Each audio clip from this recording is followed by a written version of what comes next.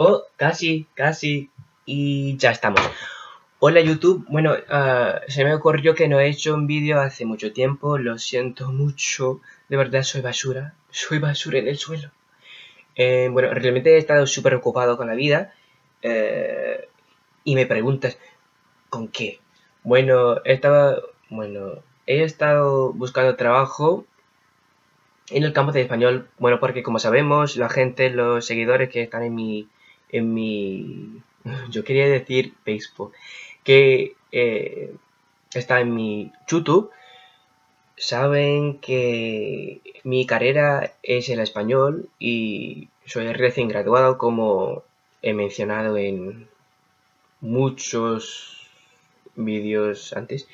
En lo que estoy haciendo es buscando trabajo y esperando unas solicitudes de los posgrados que he hecho y todo eso.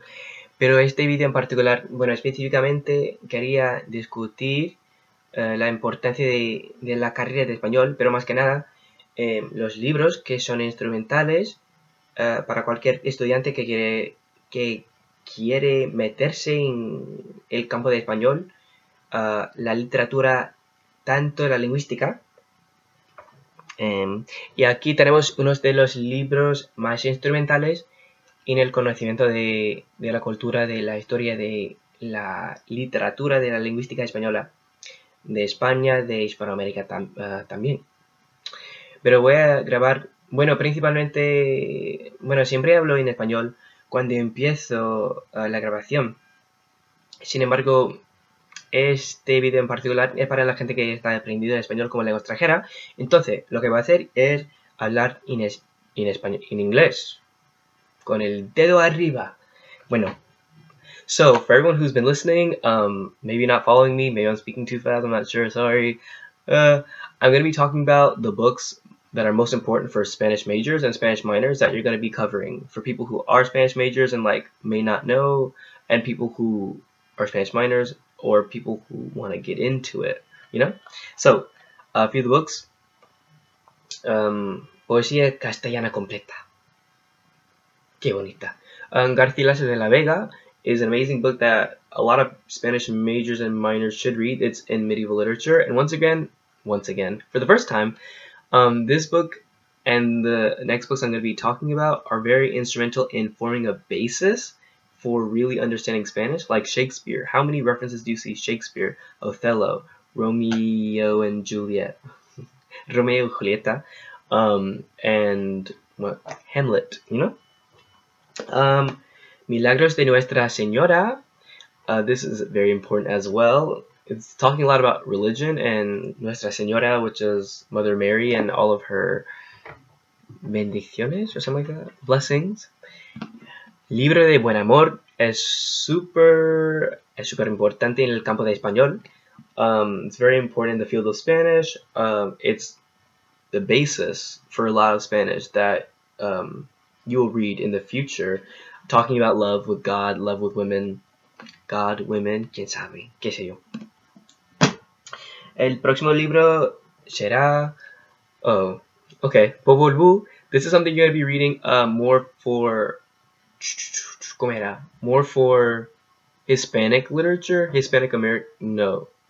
literatura hispanoamericana, or, yeah, kind of, like Spanish literature in Latin America, Latinoamericana, that's what I meant. Eso es lo que quería decir.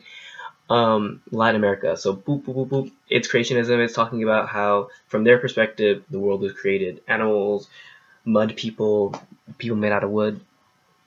Pretty interesting. And this is Fonética y Fonología Españolas. Es una clase que hice en España mientras estaba en Granada, de hecho. Esta clase en particular es súper difícil, especialmente para una persona que no es nativa, como yo. But I did okay in this class. Bueno, saqué una... Aprobé la clase. Ya está. So, phonetics, articulation of the mouth. Phonology, theories behind the articulation of words, phrases, sounds, sonidos, things like that. Introducción a la lingüística hispánica. Repetición. This was my favorite book because it really covered sociolinguistics, pragmatics, syntax, morphology, syntax. Did I say syntax? Semantics. So it's super interesting. Linguistics, it's introduction, and I thought this class was going to be difficult. Oh, and it was. I was about to say, oh no, it was easy. No, it was really difficult. But it was an amazing class. Y el último libro es Voces de Hispanoamérica, Antología Literaria. So you're going to be reading a lot of anthologies for a Spanish major because they're filled with poetry, prose, narratives, things of that nature that are super instrumental in the Spanish language, culture, literature, culture. So yeah, those are the books. So you have your work cut out for you. Depending on your university, you may be more linguistics, you may be more literature. My university was more literature, but I'm going to graduate school for linguistics. It's what I'm really passionate about. But just because you major in Spanish does not mean you will end Spanish being completely fluent. That's something that's very important. A lot of people see me and say, you're perfectly fluent in the language, you have a near native accent. I'm not, no para jactarme, para nada. I'm not trying to like give myself a big head. How do you say that in English? Anyway, but yeah, that's not always the case. You will not always come out super fluent. I know people who majored in Japanese, Chinese, French, things like that, not fluent. They're not fluent because maybe they didn't really take their classes seriously, or maybe they didn't go abroad. I lived in Spain for a year, so I definitely really like amped up on learning the language, and I was super passionate about it, and I still am today. So this is it, and I hope you enjoyed the video. If you have any questions, commentary, anything, please leave me something below about the Spanish major, Spanish minor, any language major, any language minor. Bueno, eso es todo, y como he mencionado en inglés, muchas gracias por ver este vídeo. Y si tenéis una pregunta, una queja, un comentario, lo que sea, déjame algo abajo diciendo lo que queréis. Muchas gracias por todo. Hasta luego. Chao, chao. ¿Por qué todavía está grabando? Hola. Chao, chao.